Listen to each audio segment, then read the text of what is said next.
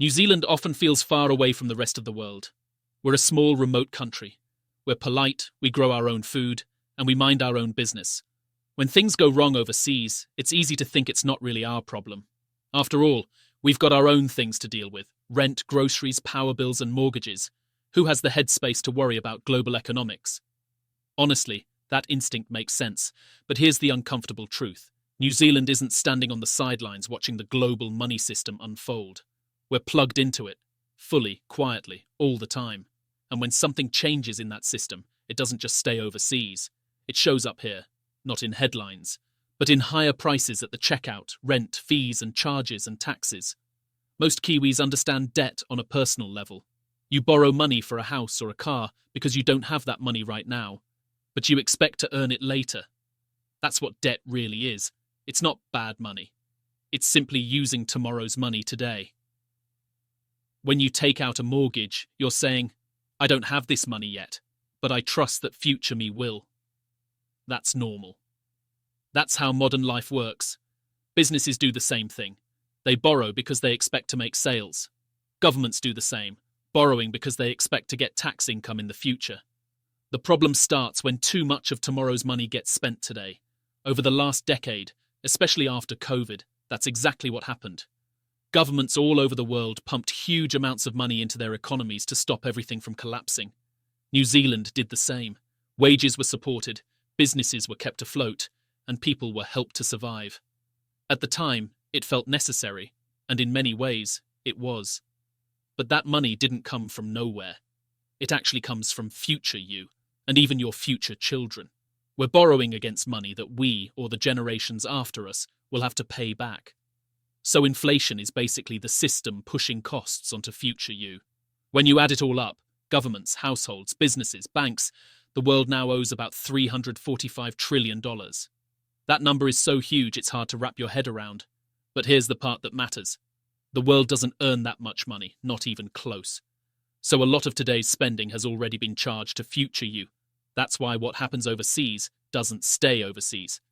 Because when the system tightens, small countries like New Zealand feel it fast. Here's something most people don't know. When we say the country is in debt or the world is in debt, what does this even mean? To who? Who could we possibly be in debt to? Turns out it's simpler than that and feels like a complete scam. Most of the time we owe money to, wait for it, each other. Yep, you heard right.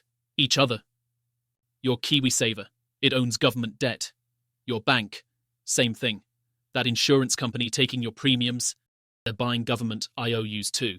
Even overseas pension funds park their money in New Zealand government bonds because they're considered rock-solid safe. So when the government borrows money, they're basically putting up a sign saying, hey, give us your money now, we'll give it back later with a bit extra on top. And everyone lines up. Banks, super funds, your retirement savings, they all want in. Here's the weird part. When the government pays that interest back, the money doesn't vanish into thin air. It flows right back into the system, back to your KiwiSaver, back to the banks, back to you eventually. But, and this is a big but, the government still has to find that money somewhere first. And guess where they get it? Yep, us. Through taxes, fees, charges, and all those little price increases that somehow always seem to land on households first. Now, back to New Zealand. Kiwis carry a lot of private debt, mostly housing debt, not because people went wild, but because house prices rose faster than incomes for years. If you wanted a roof over your head, borrowing wasn't optional. When interest rates were low, that debt felt manageable. Monthly payments were steady, and life went on. Then inflation arrived. Inflation doesn't announce itself. It creeps in, one price at a time. Let's simplify inflation. Inflation happens when there's more money chasing the same amount of stuff. Imagine a small town with one bakery. If everyone suddenly has extra cash, but the bakery still makes the same number of loaves, prices go up. Not because the baker is greedy, but because demand is higher than supply. That's inflation. During and after COVID, money moved fast, but production didn't. Shipping slowed, energy costs jumped, and labor shortages hit. So prices rose across the board: food, fuel, rent, insurance, everything. Central banks stepped in and did what they could. They made borrowing more expensive. Higher interest rates slow money down. People spend less. Businesses pause. the pressure eases. But in a country like New Zealand, where so many people carry mortgages, that slowdown hits home fast. Zoom out again, because here's where the plugged-in part really matters. New Zealand doesn't control global oil prices, shipping costs, or overseas interest rates. We don't live in a bubble. When the global system carries massive debt, it becomes fragile, sensitive, and reactive. That's why something that starts overseas ends up in your grocery bill. Why inflation overseas pushes interest rates up here. Why little old New Zealand can do everything mostly right and still feel squeezed. We're not broken. We're connected. People get angry at governments sometimes rightly, sometimes not. New Zealand's government debt isn't extreme by global standards. It's manageable. Most of it is borrowed in our own currency, which gives us flexibility. But debt has weight. Every dollar borrowed today needs servicing tomorrow. Interest alone costs billions each year. That's money that can't be spent twice. Governments walk a tightrope, spend too little and people suffer, spend too much and inflation bites harder later. There are no clean choices, only trade-offs. Here's the part people rarely hear clearly. What we're living through now isn't chaos.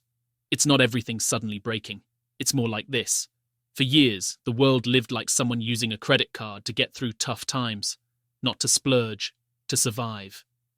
When COVID hit, when businesses shut, when people couldn't work, governments stepped in and said, "We'll cover this for now." That kept food on tables, kept the lights on, and stopped things from collapsing. But just like a credit card, the bill doesn't disappear. It just comes later. Now, slowly and quietly, that bill is being paid. Not all at once, not with a bang, but bit by bit. Through higher grocery prices, power bills creeping up, petrol jumping around, and interest rates making loans heavier.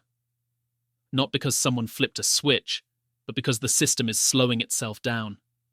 That's the adjustment.